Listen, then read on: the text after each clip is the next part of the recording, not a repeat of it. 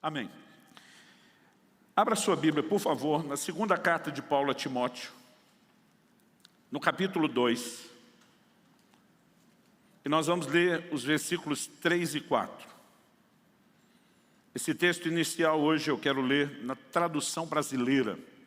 Tradução brasileira data de 1917. Durante muito tempo foi uma verdadeira raridade. Ela teve revisão do português. Na participação dos revisores estava inclusive Rui Barbosa. É uma tradução muito boa, acurada, e a Sociedade Bíblica do Brasil resgatou e disponibilizou aquilo que era uma raridade. Ela lembra muito o estilo, para quem acompanha as diferentes traduções, da Almeida Corrigida, uma tradução por literalidade e não por equivalência, e ela foi muito acurada na tradução desse texto que eu quero usar. Então, nesse texto inicial, eu vou começar lendo a tradução brasileira e depois, ao longo do caminho, a gente vai tratar de como a maioria das versões trata esse texto também. Então, segunda carta de Paulo a Timóteo, capítulo 2, versículos 3 e 4.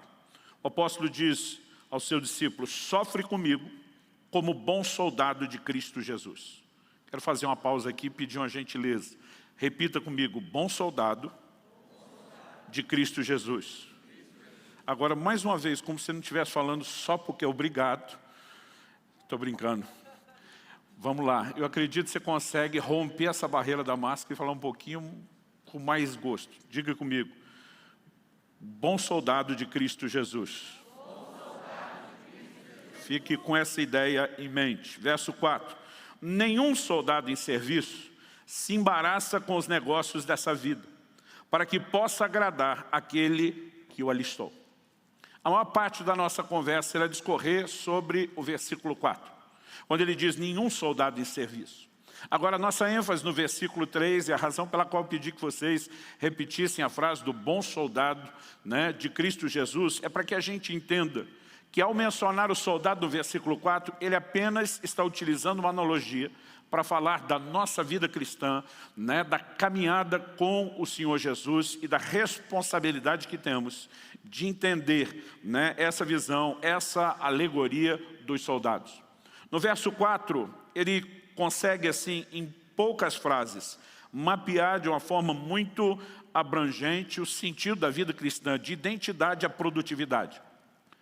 Eu me lembro quando ainda garoto, meu pai dizia: olha, quando você estiver pensando, lendo, questionando, ou mesmo quando for escrever, leve em conta, e ele me dizia que isso era uma regra básica aí dos jornalistas, uma série de perguntas a ser feito para você elaborar e entender exatamente, ou construir para outros a ideia.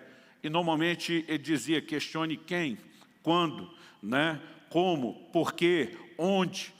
E muitas vezes, lendo a Bíblia, eu gosto de fazer essas perguntas. É interessante que Paulo começa dizendo quem somos. Aqui o foco é identidade. Ele nos trata como soldados. Eu vou falar sobre esse aspecto na vida cristã, essa perspectiva.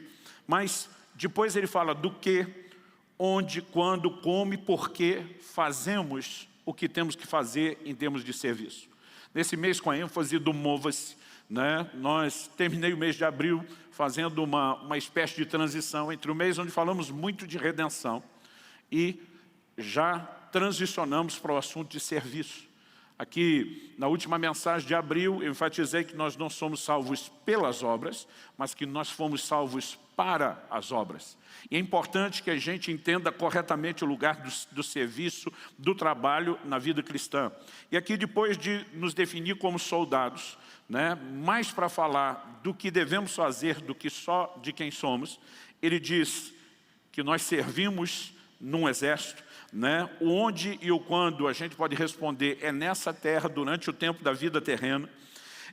Como fazemos, vai ser o enfoque principal da minha mensagem, sem se embaraçar com os negócios dessa vida.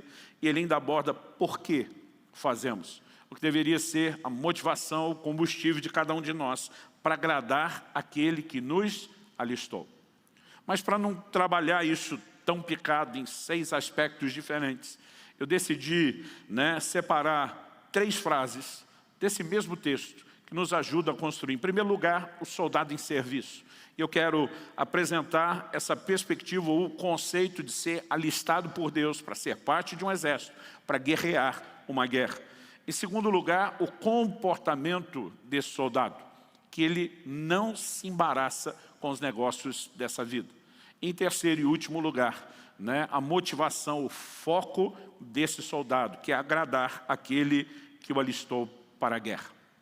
Então, se por um lado a Bíblia usa alegorias a respeito, por exemplo, da igreja, com conotações românticas, como a de uma noiva, que está esperando o regresso do noivo, o Senhor Jesus. O livro do Apocalipse nos mostra que o maior evento no calendário de Deus é um casamento, a união de Cristo com a sua igreja. Por outro lado, nós precisamos entender que como povo de Deus, não somos apenas a noiva do Cordeiro, nós somos também nessa terra o exército de Deus. Nós somos soldados arregimentados, alistados, convocados para uma guerra. Uma guerra que não é natural, uma guerra que não é literal. Paulo escreve aos Efésios e diz, nossa luta não é contra a carne e o sangue. Nós não guerreamos contra pessoas. Embora o Velho Testamento seja recheado de exemplos de guerras literais, o único valor que isso tem para mim e para você hoje é simbólico. São aplicações espirituais. No entanto, apesar de eu e você não travarmos uma batalha no âmbito natural, no sentido literal da palavra, nós vivemos uma guerra tão intensa ou maior do que aquelas que eram travadas no Velho Testamento. Enquanto eles estavam disputando um pedaço de solo ou uma liberdade temporária, eu e você temos uma visão de conquista que envolve a eternidade de muitas pessoas. Temos como igreja a missão de esvaziar o inferno e povoar o céu tanto quanto pudermos. E nessa missão, nós precisamos entender que travamos uma batalha, que existe resistência espiritual. Essa resistência vai se manifestar muitas vezes de forma indireta, às vezes de forma indireta, sem que a gente perceba que desânimo, abatimento e muitas outras coisas compõem os elementos dessa guerra que o reino das trevas tenta travar contra a gente para nos parar. Enfim, precisamos dessa mentalidade de que somos soldados convocados, arregimentados para a guerra. No livro do profeta Joel, no capítulo 3, no versículo 9, o Senhor diz assim, proclamem isso entre as nações, declarem guerra santa. Aqui Deus estava falando de algo que serviria a um propósito dele. Convoquem os valentes. A palavra valentes aqui é sinônimo de guerreiro, não só de um corajoso, mas de alguém que não tinha medo de sair à guerra, que estava disposto a dar a própria vida para defender não apenas sua liberdade, como também o seu povo. Que todos os homens de guerra se apresentem e se preparem. Nesse momento, Deus está usando uma analogia muito clara da questão da guerra e da batalha. E quando Ele nos convoca, diferente, como eu disse anteriormente, dos israelitas da antiga aliança, Ele não está nos chamando para uma guerra literal, mas nós ainda somos convocados para uma batalha. Daqui a pouco vou falar de alguns detalhes envolvendo esse texto, mas é importante que a gente tenha a visão de Deus tratando e trabalhando conosco como um exército. Essa figura vai aparecer várias vezes na Bíblia, a minha intenção não é esgotá-la, mas eu quero tomar duas figuras que para mim são muito fortes. Em primeiro lugar, eu quero destacar a visão de Ezequiel, registrada lá no capítulo 37 do livro do profeta Ezequiel. É o chamado, conhecido texto do Vale de Ossos Secos, ou a visão do Vale de Ossos Secos. Ezequiel, numa visão, é levado por Deus, ele vê um vale de muitos ossos. E a expressão seco fala não só que aqueles esqueletos que ele está vendo são resultado da morte de pessoas, mas de que já morreram há um bom tempo. E quando ele tem aquela visão, o Espírito de Deus, o próprio Deus pergunta a ele, podem esses ossos voltar à vida? Ezequiel dá uma resposta muito interessante. Ele diz para Deus, tu sabes. Eu tentando me colocar no lugar de Ezequiel, imagino que eu só responderia isso com quem diz, não tenho nada a declarar. O Senhor conhece todas as coisas. Não sou eu que vou te informar coisa nenhuma, mas é quase uma forma jeitosa de dizer, acho que não. E o que Deus estava mostrando a Ezequiel, quando a nação de Israel vivia o auge da sua apostasia, é que ele tinha o poder de restaurar.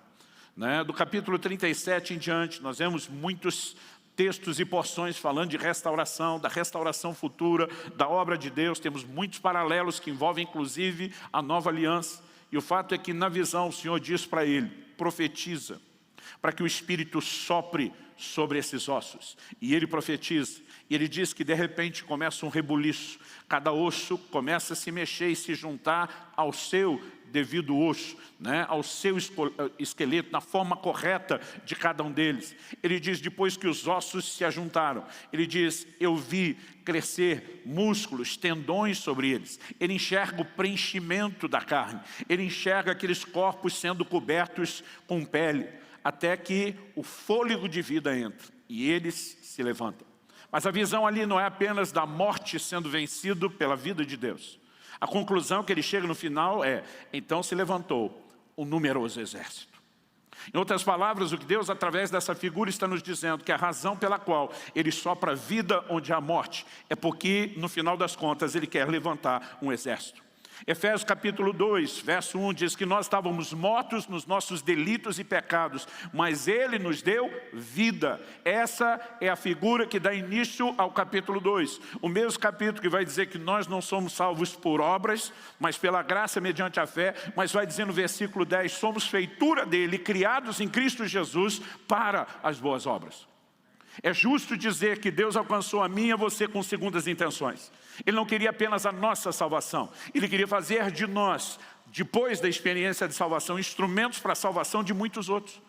É por isso que Paulo diz, eu prossigo para alcançar aquilo para o qual fui alcançado. Deus tinha em mente não apenas nos resgatar, mas à medida que ia resgatando cada um de nós, eu, você, cada um de nós, né? Deus tinha um plano e uma mentalidade clara. Eu estou levantando um exército que vai cooperar comigo para que muitos outros sejam alcançados.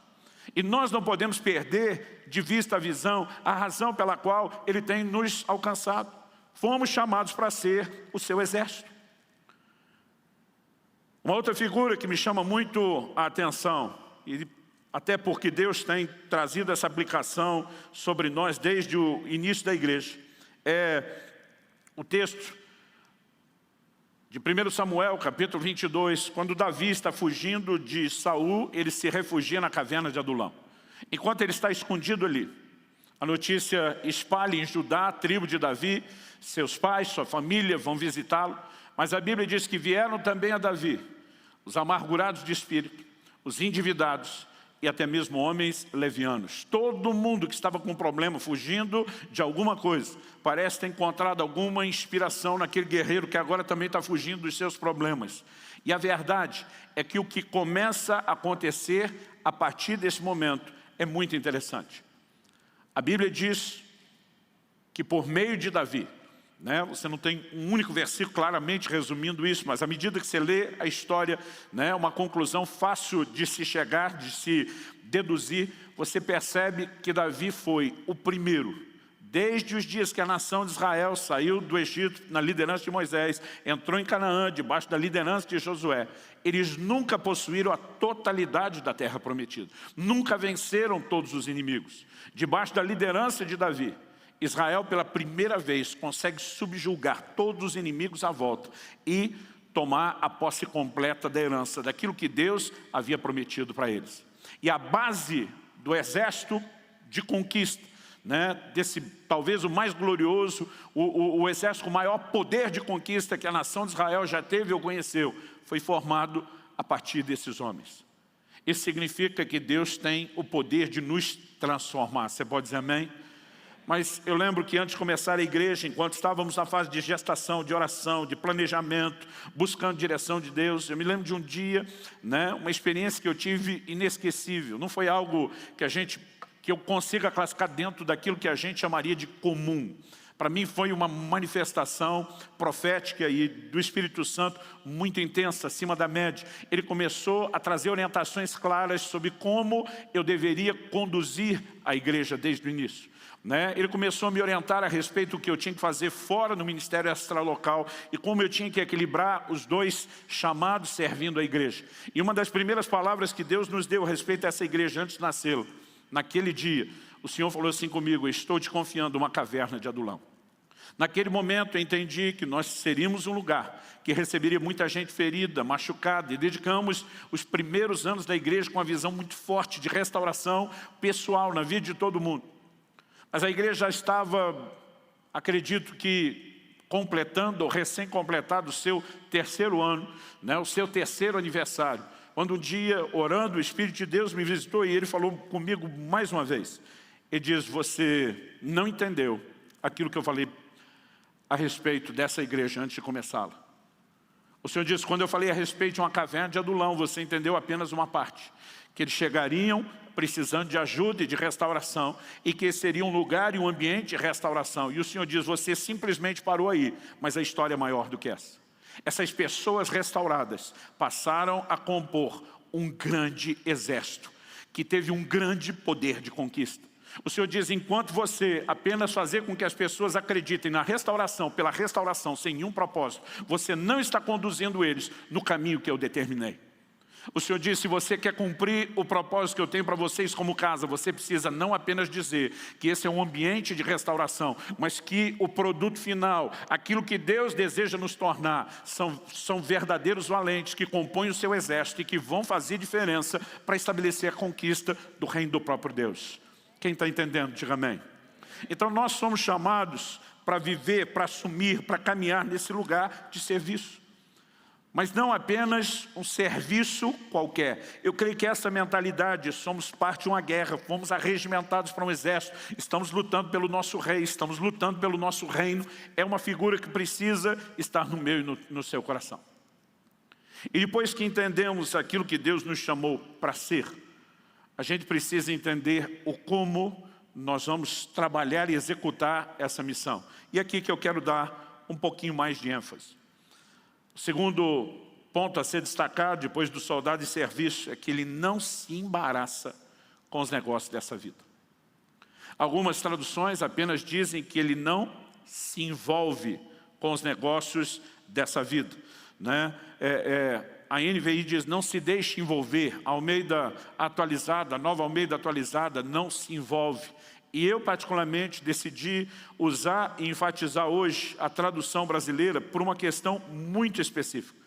Essa palavra que aparece no original grego, traduzida aqui como envolve, é a palavra empleco. Ela significa entrelaçar, enredar, e também tem o sentido de envolver-se em. No entanto, a palavra envolver, ela não é tão forte no sentido do texto e do contexto que a Bíblia ensina sobre isso. Porque envolvimento pode ser algo superficial. Agora, estar enredado, entrelaçado, preso, amarrado, é outra conversa. E por que eu quero fazer essa distinção?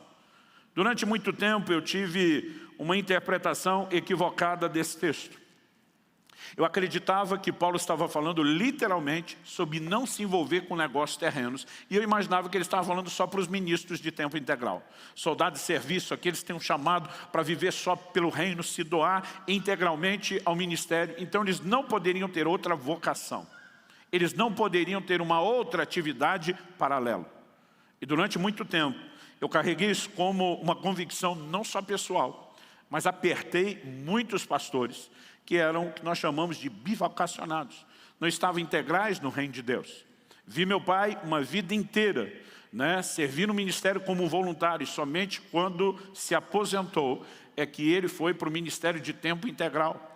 Até porque não havia a menor condição dele se doar ao ministério e suprir a casa. Então, ele tomou essa decisão. E muitas vezes eu ficava pensando, meu pai podia ter sido mais arrojado, devia ter sido um homem de fé. Cheguei a falar para alguns pastores, olha, se você está à frente, não consegue acreditar nesse negócio a ponto da sua vida, passa para outro, que assuma nesse nível. E não quero dizer que alguns desses argumentos estejam completamente equivocados. Mas quando nós fazemos isso a partir desse texto, obviamente há um equívoco. Por quê? Paulo não está falando de um ministro de tempo integral. A gente sabe isso porque, embora ele esteja escrevendo a Timóteo, que estava muito envolvido no ministério, ele usa uma linguagem que fala da vida cristã, que fala a respeito de todo cristão. No versículo 2, nós lemos o 3 e o 4, mas no 2 ele diz, o que de minha parte ouviste, através de muitas testemunhas, isso também transmite a homens fiéis e também idôneos para instruir outros. Qual era a preocupação de Paulo? Eu discipulei você, mas o meu trabalho não pode parar em você, que é a segunda geração de discípulos. Você precisa depositar ou transbordar o que eu depositei em você na vida de homens idôneos, uma terceira geração. Por que eles têm que ser idôneos? Porque eles também têm que comunicar isso a outros, uma quarta geração. Ele está falando de uma cadeia de discipulado, né, de um efeito progressivo que a igreja vem praticando desde o início da sua existência. Obviamente, ele não está limitando o assunto aos ministros de tempo integral. Uma outra razão pela qual eu entendo que Paulo não está dizendo isso é porque nem ele viveu isso. E ele não seria contraditório consigo mesmo. Em Atos, no capítulo 18, se for rápido de endereço, me acompanhe. Atos 18, do versículo 1 até o 5. A Bíblia diz assim: depois disso, deixando Atenas, Paulo foi a Corinto. Lá encontrou um judeu chamado Áquila, natural do Ponto, recentemente chegado da Itália, com Priscila, sua mulher, porque o imperador Cláudio havia decretado que todos os judeus deviam sair de Roma. Paulo aproximou-se deles e, como tinha o mesmo ofício, passou a morar com eles e ali trabalhava. O ofício deles era fazer tendas.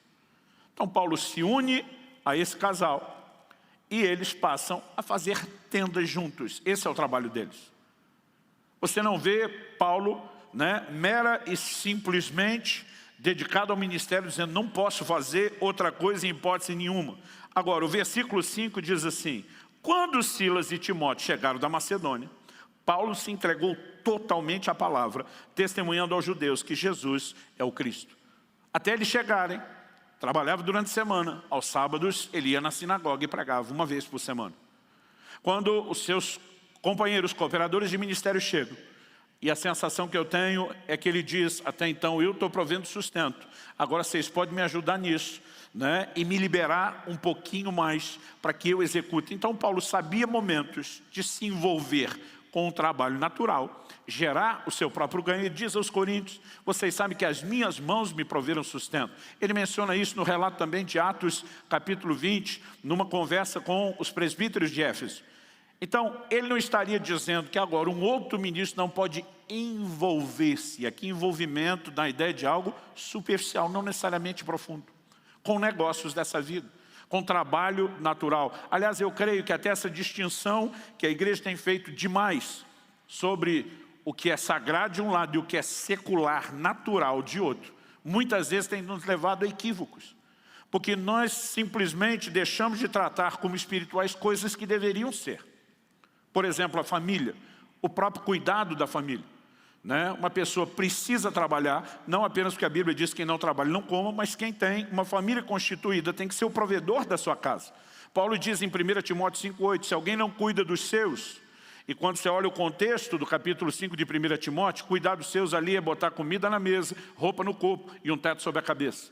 Ele diz que quem não cuida dos seus negou a fé e é pior do que o incrédulo. A gente não pode olhar para a responsabilidade de trazer provisão para casa e dizer, isso não é espiritual. Se falharmos nisso, quebramos o relacionamento com Deus. No entanto, muitas vezes essa visão tem nos feito perder de vista algo importante, que é o quanto Deus deseja nos usar num ambiente de trabalho e de negócios. Mas antes de falar disso, como parte do trabalho do bom soldado, vamos destacar que quando... E é por isso que eu escolhi a tradução, não se embaraça. Quando você percebe Paulo dizendo, não se enreda, não se deixa prender pelos negócios dessa vida, ele não está dizendo de algo que você não pode fazer. Está dizendo de algo que você deveria fazer sem se prender a isso, a ponto de negligenciar o outro chamado. Então, muitas vezes, por conta de uma perspectiva errada, nós não compreendemos devidamente um assunto. É aquela velha história, né, do irmão que um dia me falou, pastor, já dizia a Sagrada Escritura, o dinheiro é a raiz de todos os males. Eu falei, a Bíblia nunca disse isso. Paulo, escrevendo a Timóteo, diz que o amor ao dinheiro é a raiz de todos os males. Ele olha para mim e pergunta, qual a diferença? Eu falei, a diferença é enorme. Porque se o amor ao dinheiro é a raiz de todos os males, você pode ter amor ao dinheiro sem ter dinheiro. E além de estar quebrado, ainda tem a raiz de todos os males. Agora, alguém pode ter dinheiro sem amá-lo. É por isso que o Salmo 62:10 diz, se as vossas riquezas aumentam, não ponhais nelas o coração. Alguém diz com muita propriedade, errado não é o crente ter dinheiro, errado é quando o dinheiro tem o crente. Aliás, existe uma definição parecida com isso, a respeito de avareza, que data lá, data já muitos séculos. E essa definição é a seguinte: o avarento não possui as coisas, são as coisas que o possuem. Então, enredar para mim é quando a pessoa se prende àquilo que não deveria. Existem coisas que são lícitas, elas não são necessariamente proibidas, mas o envolvimento errado com aquilo pode tornar aquela prática errada. Por exemplo, descansar é mandamento bíblico, mas o livro de Provérbios condena preguiça. Tem gente que quer descansar demais. Então o problema não é o descanso, não é ele que tem que ser colocado, né, no banco dos réus, é a maneira como se lida com ele. E a gente pode falar muita coisa. A Bíblia diz que Deus criou o estômago para os alimentos, o alimento para o estômago. Mas comer demais é um gerenciamento errado daquilo que é bom e pode se tornar, portanto, errado. Não porque a comida em si seja errada, mas a maneira de lidar com ela se torna errada. Nós podemos falar a mesma coisa a respeito da imoralidade. Deus criou o sexo e deu como dádiva, como bênção para o casal. Mas se praticado fora dos limites determinados por Deus, dentro do casal ou fora do casamento, aquilo que era para ser bênção se torna errado. Então a questão não é se o sexo em si é bom ou ruim, certo ou errado. Depende da forma como se administra. E acredito que esse é o olhar que nós precisamos ter a respeito dos negócios. Não importa se a gente está falando do trabalho, né, de alguém que está lá, registrado em carteira, ou se alguém que é um empreendedor e tem o seu próprio negócio. Quando a Bíblia está falando dos negócios dessa vida, nós precisamos entender, aliás, até ouvindo a declaração de Jesus, quando seus pais o esqueceram no templo, e volta e pergunta onde você estava, como que você fez isso com a gente? E diz, eu não devia estar cuidando dos negócios do meu pai. Então, Jesus usa uma linguagem que normalmente se limitava só àquilo que é terreno, os negócios terrenos, para falar dos negócios do Pai. Quem está listado nesse exército não se enrosca com os negócios dessa vida, mas se envolve. Aliás, a Bíblia nos mostra não apenas que nós podemos nos envolver, mas que nós podemos usar isso para propulsionar o próprio reino de Deus. No entanto, não podemos deixar de olhar para o embaraço, né, a prisão, as coisas dessa vida, como algo muito danoso, muito perigoso. Em Marcos 4, num dos registros que nós temos da parábola do semeador, nos versículos 18 e 19, Jesus, se referindo àquela semente que caiu entre espinhos, ele diz assim, os outros, os semeados entre os espinhos, são os que ouvem a palavra, mas as preocupações desse mundo, a fascinação da riqueza e outras ambições aparecem e sufocam a palavra, e ela fica infrutífera. Ou seja, uma pessoa que carrega o que o próprio Cristo denominou aqui de preocupações deste mundo, focado só no que é terreno, né? Uma pessoa que carrega o que ele chamou aqui de fascinação da riqueza, um atrativo exagerado para os negócios ou os ganhos, ou o que ele chamou aqui de outras ambições. Ele está dizendo que esse tipo de gente acaba, né, permitindo que essas questões não resolvidas, não administradas, sufoquem a ação da palavra de Deus. No entanto, se lidamos de forma correta, os negócios dessa vida podem não apenas deixar de ser um perigo para mim e para você, como eles podem fluir, né? Não disputando, não concorrendo, mas cooperando com o propósito de Deus. Primeira carta de Paulo a Timóteo diz o seguinte, nos versículos 17 a 19. Paulo diz, exorte os ricos desse mundo. Aqui está falando de gente que tinha, né, cascalho, como diziam os antigos, de gente que tinha um poder aquisitivo de expressão, por isso são chamados de ricos. Ele diz, exorte os ricos desse mundo a que não sejam orgulhosos, nem depositem a sua esperança na instabilidade da riqueza, mas em Deus, que tudo nos proporciona ricamente para o nosso prazer. A gente olha essa frase, Deus proporciona tudo ricamente para o nosso prazer. A tradução mais antiga diz para o nosso aprazimento. E muita gente lê aquilo sem parar para pensar que é para o nosso deleite, para o nosso prazer. Então, em primeiro lugar, Deus não está nem dizendo que você não pode desfrutar. O que você não pode é se transformar numa visão egoísta, numa represa, em vez de ser como um leito, um rio, onde a água entra, a água sai. E aí ele começa a falar da importância de compartilhar e diz que eles façam bem. Sejam ricos em boas obras, generosos em dar, prontos a repartir, ajuntando para si mesmo um tesouro que é sólido fundamento para o futuro, a fim de tomarem posse da verdadeira vida. Ele está dizendo aqui, vocês podem ser ricos, está montado na grama, mas lembra, não confie na instabilidade da riqueza, nada aqui é permanente. Ele diz lá, juntando tesouro no céu, ele diz é um sólido fundamento. Eu gosto da distinção que ele faz entre algo instável e o sólido fundamento para o futuro, né? O foco na vida eterna. Então, nós precisamos entender, né, que até o conceito que Jesus usou de ser rico para com Deus, quando ele fala com aquele jovem, né, que era um jovem muito rico, ele diz, dá o que você tem aos pobres, vende o que você tem, dê tudo aos pobres e me segue, então terás um tesouro no céu. Jesus não está dizendo que só tem tesouro no céu quem não tem tesouro terreno. Se fosse isso, bastava a gente, e isso valeria para a maioria de nós ter nascido pobre, e a gente estava garantido no céu. Jesus está dizendo que tesouro no céu se constrói com a forma como nós usamos os tesouros terrenos. Quem está entendendo, diga amém. Então não estou falando contra isso. Agora, o que pode ser bênção, se nós não lidarmos da forma correta, também pode ser maldição, pode ser pedra de tropeço. Então ele está dizendo, não pode se embaraçar. Escrevendo aos Coríntios, no capítulo 7, Paulo diz, tudo tento, mas nada possuindo. É muito interessante essa frase, né? Em outras palavras, ele está dizendo a capacidade de ter, sem que aquilo nos tenha. Aí você tem um coração correto, que não te prende. Então, quando nós começamos a entender que o problema não são os negócios, mas se embaraçar, aí o foco do problema não é o trabalho secular, não é a carreira, não é a profissão, não são os negócios, os empreendimentos. Aí tem a ver com quanto do nosso coração foca naquilo. E se isso está se tornando uma forma de promover o reino ou uma distração. Algumas pessoas às vezes têm aquela frustração, eu queria fazer mais para Deus, mas não fui chamado para um ministério de tempo integral. Como se fazer para Deus fosse algo que dependesse só do ministério em tempo integral. Querido, Deus deseja te usar aonde você está. Por favor, diga amém. Você precisa olhar para o seu trabalho, para a escola onde você estuda, para a sua vizinhança, com o entendimento, eu sou um agente do reino de Deus, infiltrado nesse lugar, para ser luz do mundo, para ser sal da terra, para fazer a diferença.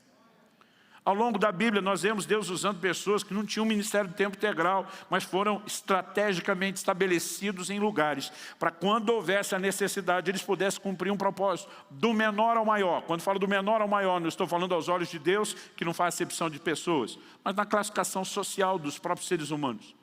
A Bíblia fala de uma escrava, na casa de Naamã, o sírio, você lê isso depois, 2 Reis, capítulo 5.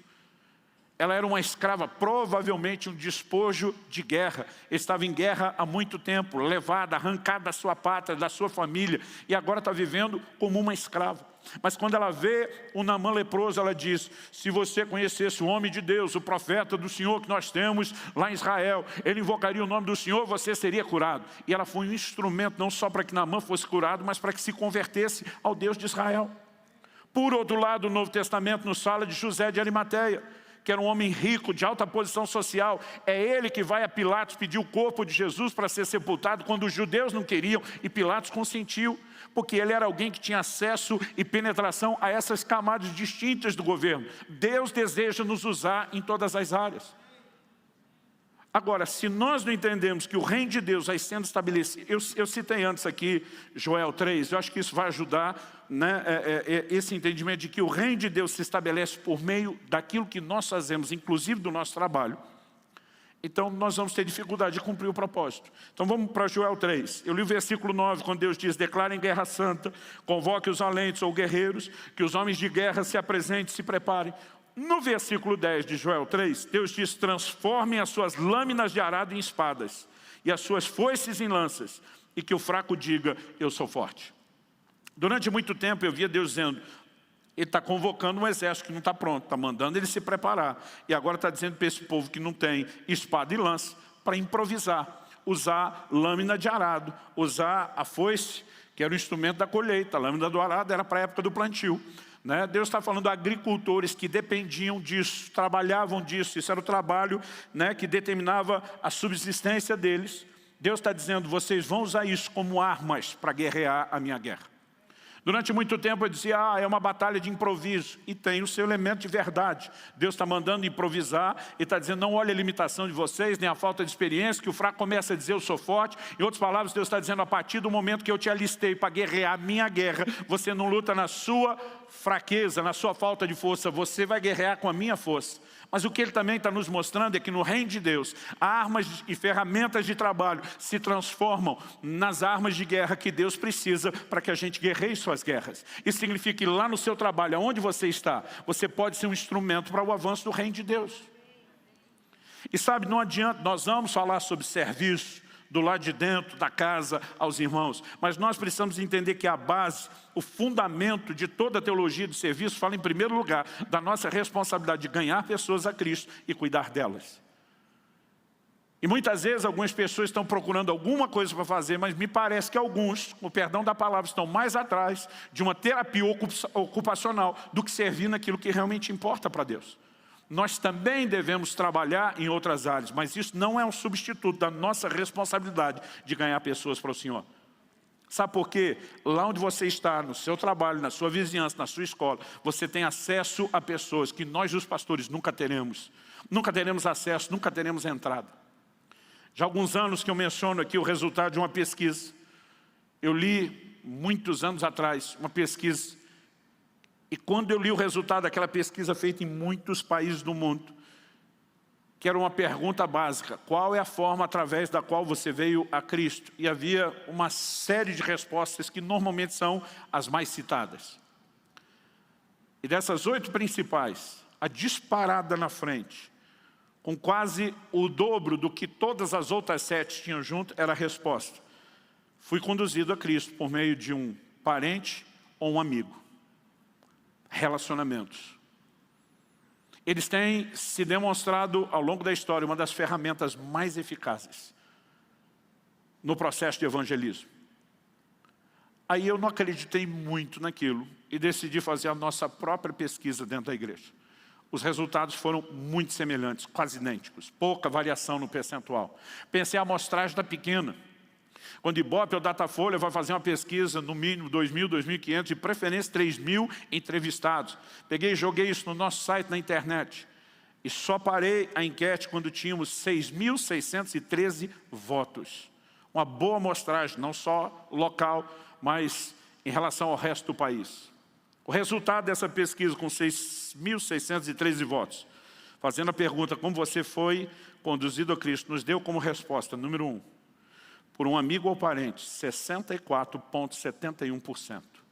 Quase 65%, ou seja, 4.279 votos. Mas aí, em segundo lugar, o que é que veio, pastor Luciano? Por uma necessidade especial. 15,24%, ou seja, 1.008 votos. Em terceiro lugar, assistindo a um culto. 6,47% apenas das pessoas.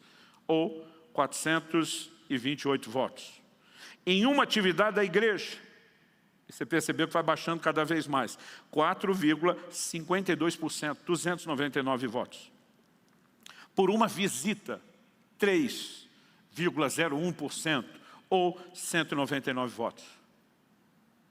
Agora, pasmem, através do pastor, 2,57%. 170 votos para envergonhar o sindicato. 7, através de um estudo bíblico, 2,1%, 139 votos. Em oitavo lugar, pasme ainda mais, em uma campanha evangelística. 1,38%, ou apenas 91 votos. Não estou dizendo que a gente não deva fazer campanha, que a gente não deva fazer visita, que a gente não deva convidar as pessoas para o culto. Estou dizendo que talvez a gente não esteja explorando o meio de acesso com maior poder. E sabe o que é interessante? Que se a gente tivesse acesso a essas pessoas para uma segunda avaliação, deixando de lado quem foi, assumiu de cara, foi trazido por um amigo e um parente, a gente perguntaria, ok, por uma necessidade especial, e nessa necessidade especial, quem te ajudou? A maioria diria, um amigo ou um parente. Se a gente perguntasse assistindo um culto, como que você descobriu o culto? A maioria diria, fui convidado. Ou, às vezes, recebi a indicação, hoje precisamos pensar nos cultos à distância virtuais, por meio de quem? Um conhecido. E a lista vai, seja falando de uma atividade na igreja, de uma visita, né, de um estudo bíblico, campanha evangelística, como que o cara apareceu lá no meio da campanha. A maioria das pessoas que ainda deram outras respostas, quando a gente conversa e vai mexer um pouquinho mais, diz não, por trás também tem um amigo e parente. Pastor, o senhor ficou muito arrasado com a pesquisa através do pastor? Não, a maioria dos que eu ganhei é Jesus, não ganhei como pastor. Ganhei como um conhecido, né? Ou, às vezes, uma oportunidade que Deus criou em algum lugar, mesmo que não fosse conhecido. A maior parte do tempo, quando as pessoas tomam uma decisão por Jesus aqui, eu acredito que o crédito não é dado ao pastor que fez o apelo, mas a você que trouxe a pessoa, chorou por ela diante de Deus, intercedeu, jejuou, batalhou. Mas nós precisamos entender o poder que isso tem. Mas porque desprezamos isso e achamos que o que fazemos lá fora é natural, não é santo, nós temos perdido o poder de impacto que poderíamos exercer. Então o que Deus quer que a gente tenha em mente é que desde que os negócios dessa vida não nos enredem, eles podem servir a um propósito. Não apenas de tirarmos provisão para o sustento da nossa casa, seria muito egoísta parar só aí, mas de entendermos que é o lugar onde Deus nos planta para que a gente faça diferença. E acredito, se nós vivêssemos assim, cada dia de trabalho, a nossa conduta seria diferente. Bom, para encerrar, vamos falar da motivação, a fim de agradar aquele que o alistou para a guerra. A palavra aqui, traduzida agradar nessa versão, ela tem diferentes possibilidades de tradução. Almeida atualizada traduziu satisfazer aquele que o arregimentou. A palavra traduzida aqui, agradar ou satisfazer, dependendo da versão, é aresco, no grego. Significa, além de agradar, esforçar-se para agradar. Acomodar-se a opiniões, desejos e interesses de outro. Então, o esforço não é só um agradar mediante um esforço. E esse esforço não é só para agradar, é para acomodar a opiniões, desejos e interesses de outros. Isso é apenas uma tentativa de ampliar o entendimento do que é aqui agradar. Como a Bíblia está falando de agradar aquele que nos arregimentou, obviamente, essa ideia de agradar não mira nenhum outro ser humano, mas, em primeiro lugar, o próprio Deus. Ainda que a gente ame, se importe, tenha misericórdia do que precisa de salvação, nós não estamos fazendo isso apenas por causa deles. Nós estamos fazendo isso por causa do Senhor que deu a vida por eles, do Deus que nos resgatou para que nós o ajudássemos a resgatar outros. Jesus diz em João 8:29, falando a respeito do Pai, eu faço sempre o que lhe agrada. Um dos focos da vida cristã é vivemos para agradar o Senhor. Já falei aqui em outros momentos da diferença entre ser amado, que é algo incondicional, e ser agradável, que isso depende de que eu e você possamos executar de forma intencional, diz respeito ao comportamento. E quando eu olho para as Escrituras, eu vejo que a razão para focarmos o ministério, o serviço e o trabalho, tem que ser o desejo de agradar o Senhor. Pelo menos em Gálatas 1:10, Paulo diz o seguinte, por acaso procuro eu agora o favor das pessoas ou o favor de Deus? Ele ainda continua e diz, ou procuro agradar pessoas. Se ainda estivesse procurando agradar pessoas, eu não seria servo de Cristo. E disse, alguém quer ser servo de Cristo, quer estar envolvido em serviço. O foco não é mero e simplesmente agradar os outros, mas em primeiro lugar, agradar a Ele. Quem está entendendo, diga amém. E o nosso serviço é uma das formas de sermos agradáveis a Deus. E segundo aos Coríntios, capítulo 5, no versículo 9, Paulo diz, é por isso que também nos esforçamos. Aqui fala de empenho, dedicação. Nos esforçamos para ser agradáveis a Ele, que é presentes, que é ausentes. Por que você se esforça, Paulo? A resposta vem no versículo seguinte, o 10. Porque é necessário. Algumas traduções dizem, porque importa. Né? É necessário. O que é necessário, Paulo? Ele diz, é necessário que todos nós compareçamos diante do tribunal de Cristo, para que cada um receba segundo o bem ou o mal que tiver feito por meio do corpo. Ele está falando agora não apenas das obras aqui na terra, mas das recompensas eternas. E ele diz, porque há um julgamento, o meu esforço é agradá-lo. Por quê?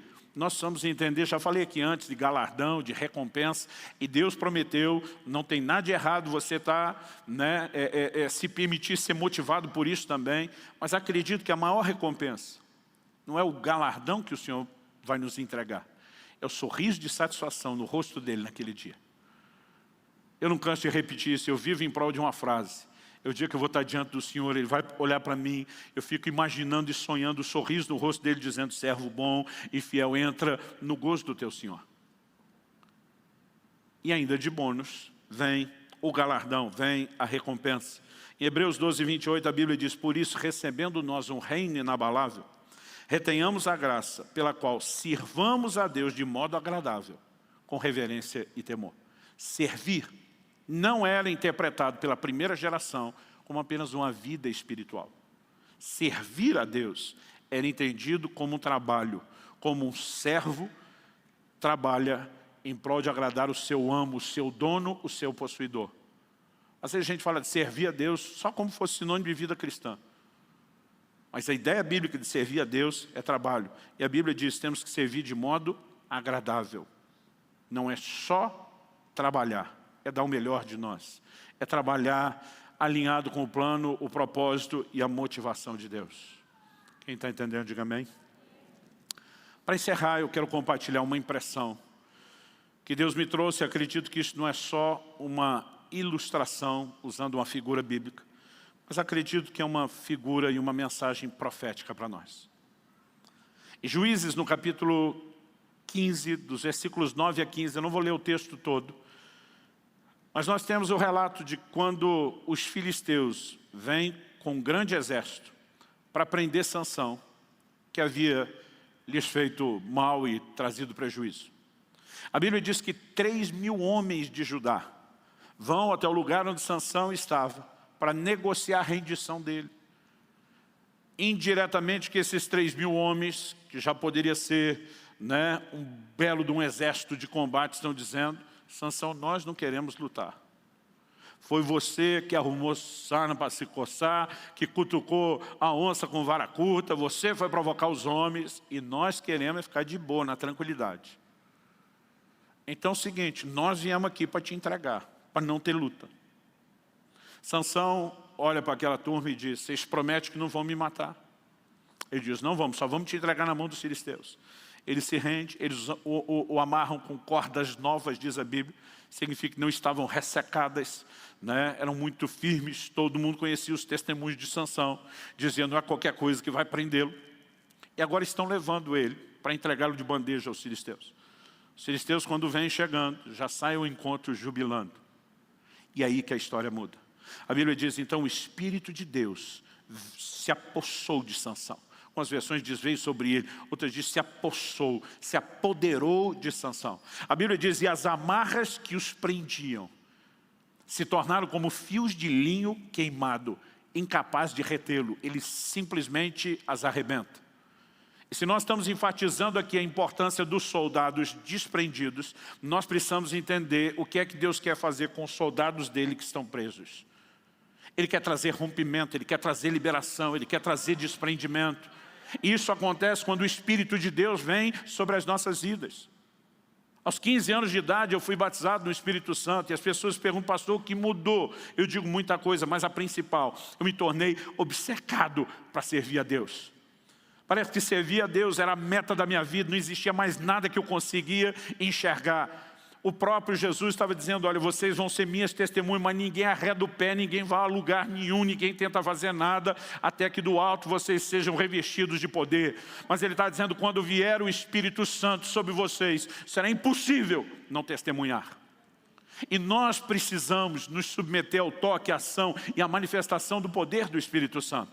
Tem muita gente que andou se embaraçando e se prendendo com os negócios dessa vida, que não tem tido mais a percepção do serviço, de um chamado, a capacidade de enxergar almas e pessoas que precisam ser salvas, e o Espírito de Deus pode trazer esse toque na sua vida.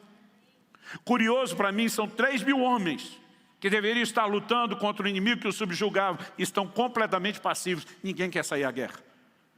Era o povo de Deus.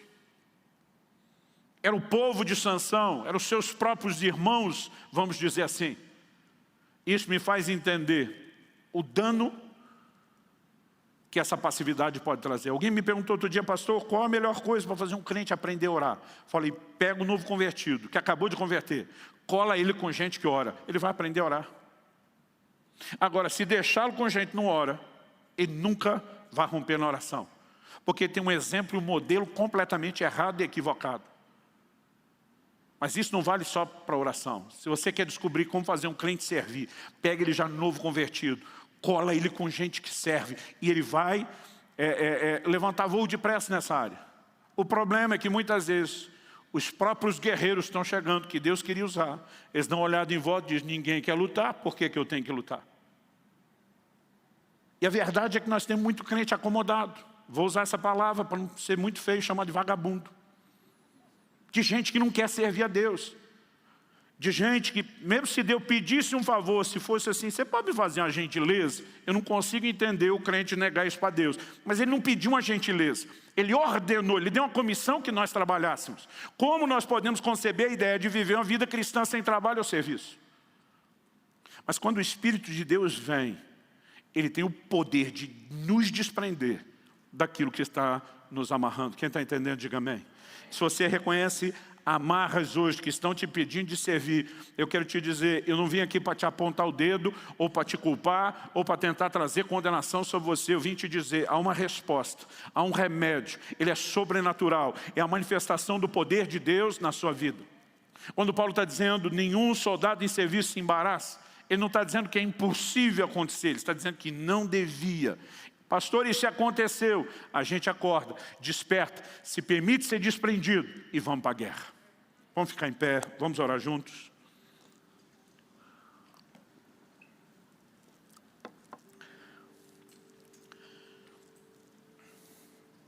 Eu quero te convidar a falar com Deus. Como você achar melhor.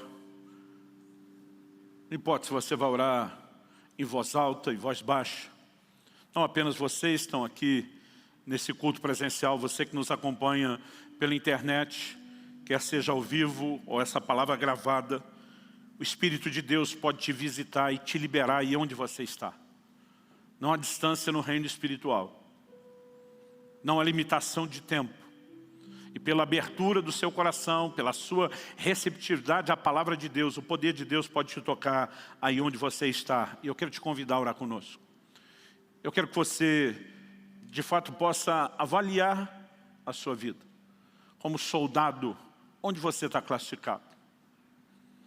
Você está preso, embaraçado, enroscado com as coisas naturais a ponto de ter perdido a consciência da sua missão? Ou você vem se movendo de uma maneira onde você entende que, inclusive, nesses lugares que Deus estabeleceu, você pode fazer a diferença? Mas eu gostaria que você não apenas avaliasse, eu gostaria que você se expusesse a Deus e ao toque do Espírito Santo. Talvez você tenha dado, esteja precisando de despertamento. Talvez você precise literalmente de uma libertação, que Deus ajude você a se romper do engano, da fascinação por coisas que estão roubando o seu foco e a sua atenção. Eu creio que Deus não apenas vai te envolver aí onde você está, mas talvez Ele traga um pouco mais clareza de propósito à medida que você ouve. Nós lemos os versículos 3 e 4, eu citei depois o 2. Mas eu gosto que quando chega no versículo 7, Paulo diz assim a Timóteo, pondera. Algumas versões dizem considera, outras dizem reflita. Ele diz pondera o que acabo de dizer, porque o Senhor te dará compreensão em todas as coisas. Sabe o que isso significa? A compreensão não vem completa numa palavra direta que já foi liberada.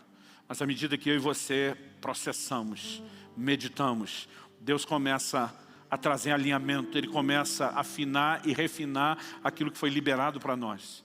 Então a minha oração é que, apesar desse momento final de oração ser um bom começo, que você não interrompa o que Deus tem a dizer, falar ou fazer apenas a esse culto, que mesmo depois dele, à medida que você vai mastigando, processando, se expondo a Deus, você permita que o Senhor traga uma compreensão mais nítida, mais precisa, mais acurada. Enquanto você ora e fala com Deus e expõe sua vida, E daqui a pouco eu vou orar com todos vocês.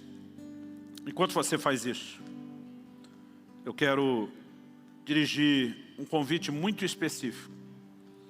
A gente que possa estar presente aqui no auditório, nos acompanhando à distância, e que talvez diga: pastor, legal esse negócio de ser um soldado, um bom soldado de Cristo, de lutar por Ele, etc e tal. Mas talvez você diga: eu ainda nem sou parte do exército. Como é que resolve a parte do alistamento primeiro? Isso começa quando você entrega a sua vida a Cristo. Não apenas reconhecendo que é um pecador e que Ele é o Salvador, mas entendendo que a partir de então, além de receber perdão pelos seus pecados, você vive em função de agradar um Senhor que tem o melhor caminho, a melhor proposta de vida para você. Ou talvez você esteja aqui hoje ou nos acompanhando e seja um desertor desse exército. Alguém que já lutou nessas fileiras, mas por alguma razão, e não importa a gente discutir, muito menos te julgar por isso, você simplesmente se desviou e se afastou. E você sabe que o amor de Deus está literalmente inundando o seu coração, a sua vida agora. O chamado, aquela coisa que um dia já ardeu dentro de você, parece estar sendo incendiado, e você sabe que o Senhor te quer de volta. Então aqueles que talvez precisam tomar a decisão de entregar a vida a Cristo, mas aqueles que precisam de uma reconciliação, de um recomeço. E eu gostaria de orar com você antes de terminar essa reunião.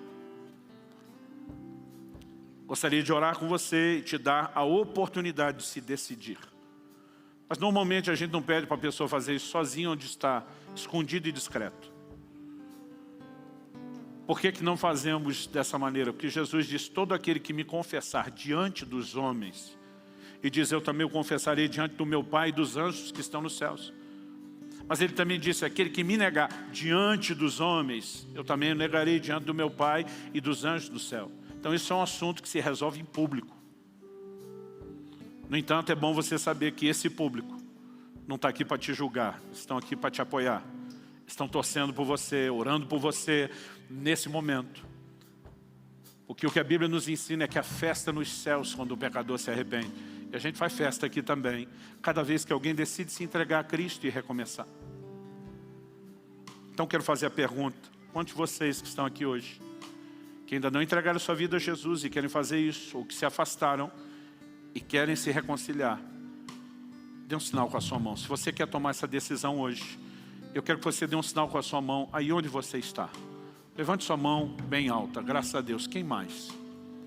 A Bíblia diz: se hoje ouvides a sua voz, não endureça o coração. Deus provoca, mas você precisa de uma resposta aí dentro. Às vezes tem gente que diz: eu posso resolver isso depois.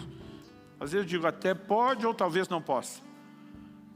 Você não sabe nem quanto tempo de vida tem para deixar isso para depois. Mas a Bíblia diz: hoje é o dia aceitável. Hoje é o tempo da salvação. Eu gosto de dizer que o tempo da salvação não é amanhã, é hoje, é agora.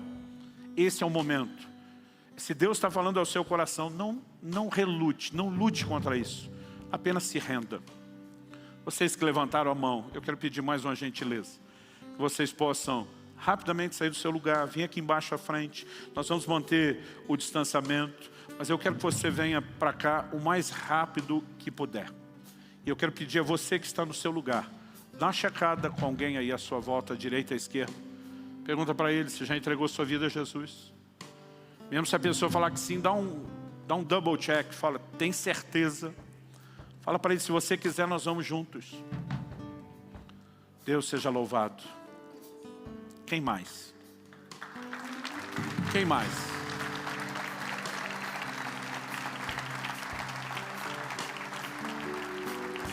Às vezes as pessoas contam histórias, são bem únicas, mas às vezes elas falam de algumas coisas que a gente ouve ser muito repetido. Gente que às vezes diz: pastor, parece que tinha alguém agarrando meu coração, me puxando lá para frente. Mas eu pensei: não estou assim tão ruim. A questão não é como você se lê, é se Deus está te chamando. E se você sente que apesar de estar lutando aí com a sua razão, algo apertando seu coração, quase te empurrando: vai lá agora, corre para lá. Sai do seu lugar e vem para cá, se une aqui com a gente.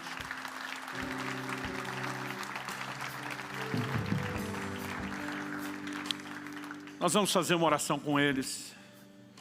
e depois eu vou orar com o resto de vocês.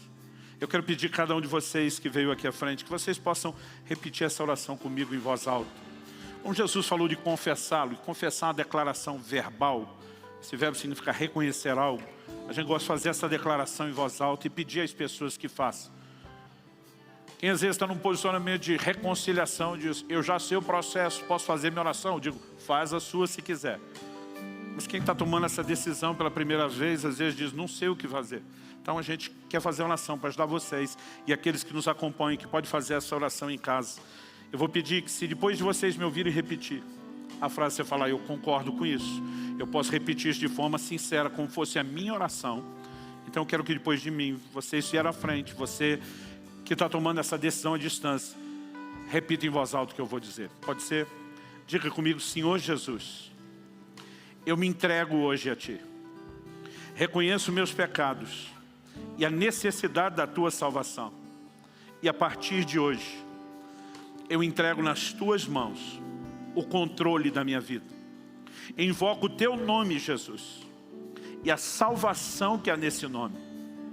E eu declaro hoje, pela fé, que sou salvo e que um novo tempo se inicia na minha vida. Eu dou a Ti, ó Deus, toda a legalidade para trabalhar profundamente em minha vida e para que eu viva a plenitude do Teu propósito. Eu oro em nome de Jesus. Amém. Amém. Glória a Jesus. Glória a Jesus. Estenda sua mão para cá, vamos abençoá-los. Senhor, nós os entregamos aos Teus cuidados e à Tua graça. Oramos pela manifestação do poder do Teu Espírito Santo, não apenas trazendo o lavar da regeneração do Teu Espírito, mas guardando, protegendo, guiando os Seus passos. Nós oramos por um novo tempo, declaramos sobre a vida de cada um deles as Tuas palavras, Senhor Jesus, perdoados são os seus pecados. Oramos de fato que debaixo da ação sobrenatural de Deus haja regeneração, haja novo nascimento, haja recomeço, para a glória de Deus. Nós abençoamos, oramos, sejam fortalecidos para essa jornada, em nome de Jesus. Amém, amém. Eu quero pedir uma última coisa a vocês que vieram aqui. A gente quer dar uma lembrancinha para vocês desse dia, desse momento, dessa decisão. E se vocês permitirem concordarem, só se vocês permitirem concordarem, a gente queria pegar também os dados de vocês para fazer algum contato, orar por vocês. Então, para a gente fazer isso, é 2 a 3 minutinhos. Eu vou pedir que vocês sigam esse pessoal que está aqui à minha direita. Eles vão entrar numa sala, que a porta também está aqui à minha direita, é uma sala ampla. Vocês vão manter o distanciamento lá também, né? E a gente quer abençoar vocês. Mais uma salva de palmas a Deus e a eles por essa decisão.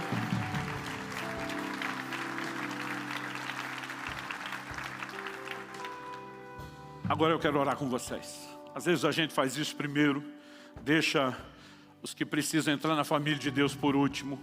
Eu senti de inverter, mas vamos orar juntos. Eu creio que você já fez sua oração, mas eu quero interceder em seu favor. Espírito Santo de Deus, Tua palavra foi comunicada e anunciada e, apesar da nossa limitação, tanto em comunicar como em receber, eu tenho certeza que à medida que refletimos e ponderamos, o Senhor trará a compreensão ainda mais acurada. Nós oramos por entendimento espiritual e não só natural. Nós oramos que aquilo que o Senhor começou nessa reunião não se encerre ao final dela. Pai, nós suplicamos o poder do Teu Espírito Santo agindo e operando na vida de cada um.